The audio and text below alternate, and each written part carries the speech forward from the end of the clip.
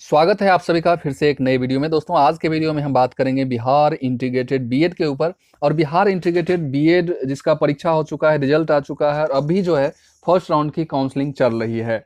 तो counselling letter जो बहुत सारे स्टूडेंट डाउनलोड किए, उस काउंसलिंग लेटर में, उनके काउंसलिंग लेटर में, बहुत सारे स्टूडेंट के काउंसलिंग लेटर में वेटिंग लिख के आ रहा है।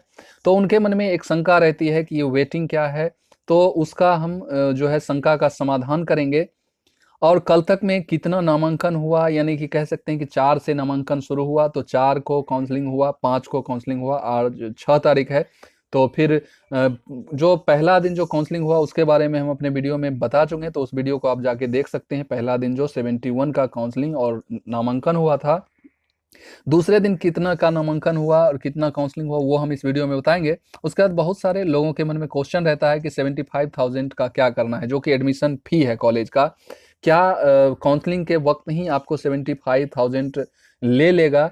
ये सारी बात हम इस वीडियो में करने वाले हैं। तो ये संपूर्ण खबर आपको चौंकाने वाली हो सकती है, क्योंकि एडमिशन का रफ्तार जो है वो जब आप देखेंगे तो आप थोड़ा शॉक्ड हो सकते हैं।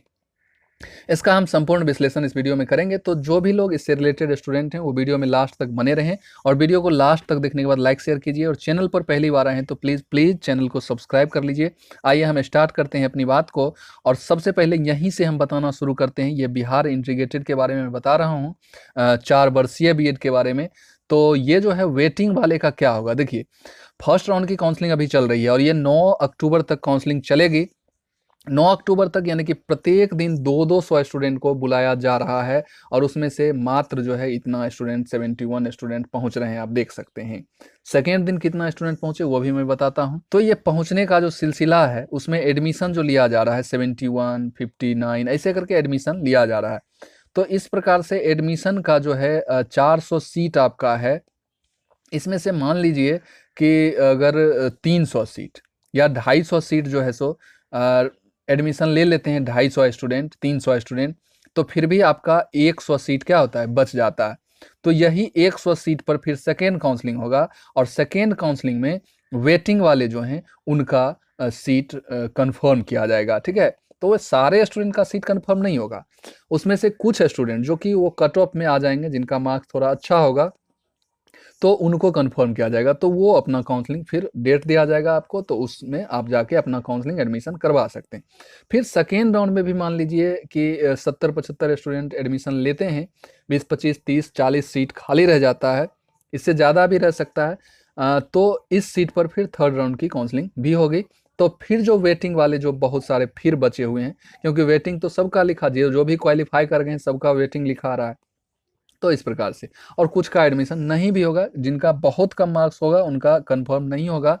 लेकिन अगर मार्क्स ठीक ठाक होगा तो धीरे धीरे करके ऐसे फर्स्ट सेकेंड राउंड तक में लगभग लोगों का कंफर्म हो जाएगा, तो वो जाके वहाँ काउंसलिंग एडमिशन करवा सकते हैं। अब आइए हम बात करते हैं कि कल जो एडमिशन हुआ है, परसों तो 71 स्टूडेंट का एडमिशन हुआ है, और कल जो एडमिशन यानी कि 5 तारीख को जो एडमिशन हुआ है उसके बारे में यहाँ आप स्क्रीनशॉट भी ले सकते हैं। वैसे आप यहाँ देख सकते हैं कि 4 वर्षीय बीएड में 59 छात्रों ने लिया दाखिला।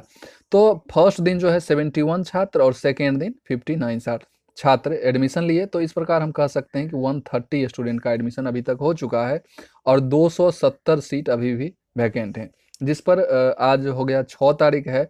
तो 6 तारीख के बाद जो है 7 को चलेगा और शायद 8 को नहीं है, यानी कि 1, 2, 3 दिन और काउंसलिंग चलेगा।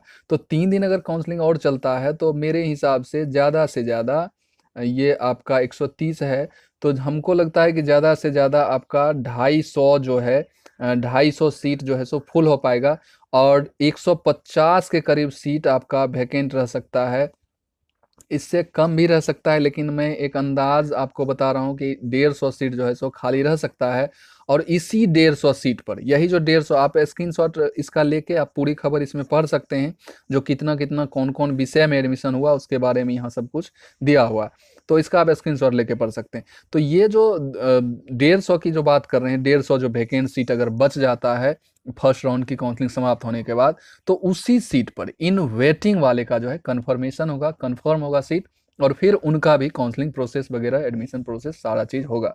फिर उस 150 सीट में भी मान लीजिए अगर 50 सीट और बच जाता है सेकेंड राउंड की काउंसलिंग होने के बाद, तो फिर 50 वाले पर भी फिर जो वेटिंग वाले कुछ जो बच जाएंगे उनका कंफर्म होगा और वो थर्ड राउंड की काउंसलिंग में भाग लेंगे। तो इस तरह से वेटिंग वाले वेट करें और कंफर्म होने का इंतजार करें, और बीच बीच में अपना जो है वेबसाइट चेक करते रहें, अपना रोल नंबर वगैरह जो पासवर्ड है उसको डाल के देखते रहें कि कंफर्म हुआ कि नहीं हुआ कि नहीं। कम से कम डेली 2 बार चेक कर लें, एक सुबह में और एक शाम में।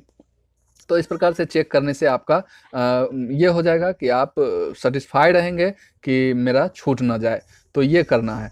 अब ये कल तक में जो नामांकन हुआ इसकी हम चर्चा कर चुके हैं कि 59 स्टूडेंट कर लिए, और सबसे पहला दिन जो स्टार्ट हुआ था उस दिन 71 स्टूडेंट एडमिशन लिए। अब देखिए बहुत सारे लोग कमेंट करके पूछते हैं कि 75,000 रुपये का क्या करना है। मतलब कह सकते हैं कि वो जो 75,000 या कॉलेज का जो मोटा अमाउंट जो फ़ी है उसको कहाँ क्या करना है, क्या उसी वक्त काउंसलिंग के वक्त ही ले लिया जाएगा? तो ऐसा बिल्कुल नहीं है। उस वक्त आपको 3,000 रुपये का जो आप डिमांड ड्राफ्ट बना रहे हैं वो आपसे लिया जाएगा, और ये जो डिमांड ड्राफ्ट जो आप बना रहे हैं इससे आपका सीट जो है किसी भी कॉलेज में, जिस कॉलेज में भी आपका एडमिशन होने वाला है उस कॉलेज का सीट आपका बुक होता है, कन्फर्म होता है।